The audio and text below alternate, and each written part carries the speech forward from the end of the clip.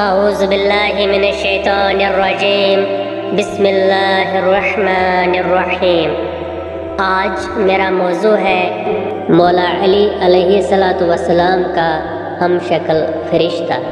حضرت ابن عباس رضی اللہ تعالیٰ عنہ کا بیان ہے کہ میں نے رسول اللہ صلی اللہ علیہ وآلہ وسلم کو فرماتے ہوئے سنا، جب میں زیر عرش پہنچا تو کیا دیکھتا ہوں کہ علی بن ابی طالب علیہ السلام وہاں کھڑے ہیں۔ میں نے کہا، اے علی علیہ السلام، کیا تم مجھ سے بھی پہلے آ گئے؟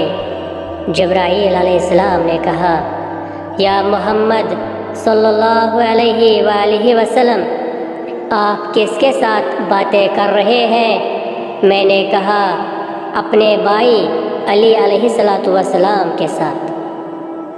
جبرائیل علیہ السلام نے کہا، اے محمد صلی اللہ علیہ وآلہ وسلم، یہ خود علی علیہ السلام نہیں ہے، بلکہ یہ تو خدا کے فرشتوں میں سے ایک فرشتہ ہے جسے خدا نے علی علیہ السلام کی شکل پر پیدا کیا۔